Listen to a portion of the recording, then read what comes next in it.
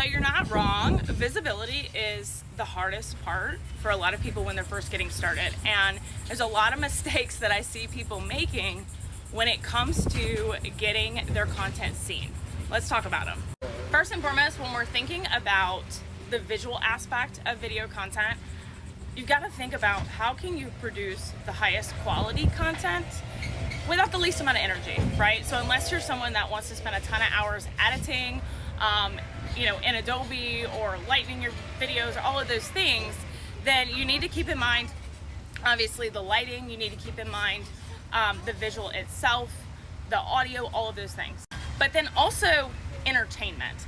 And I know you've probably heard inspire, educate, entertain, and that doesn't mean you have to do trending dances, but the influx of your voice, especially in your A-roll videos, is so important. When you're very monotone, when there's no confidence in the video, people don't want to watch that, right? They want to watch something that's entertaining. So even though most of my content is educational, the influx in my voice is part of the reason people will continue to watch, because I'm speaking with conviction, I'm showing up with confidence.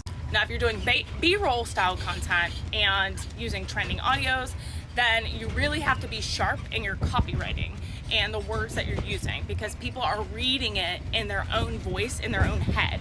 And so you really have to focus on being really good at copywriting for that. The second element of this is your messaging. So one of the reasons that content doesn't get pushed out is it's not necessarily top of funnel. It's not really the problem. So your hook, your headline is 90% of your video's performance, because people have to stop to watch it in order for it to actually go anywhere or convert to a sale. So think about your hooks. A lot of times people aren't using top of funnel, which means they're not really a problem, right? Their hooks are very curiosity driven. Their hooks are very focused on the product and not the problem, and there's no transformation. So that is part of the reason people won't watch it. And all the algorithms are different on every platform, but ultimately, if your video doesn't perform, no one watches it after a couple hours, your chances of it going out are low. These platforms are going to continue to push content that's performing really well. So you need to go back, make sure your hooks are transformational and they're top of funnel. And I teach you exactly how to do that in my TikTok Tactics Challenge. And I give you 3 weeks of content hooks that are fill in the blank.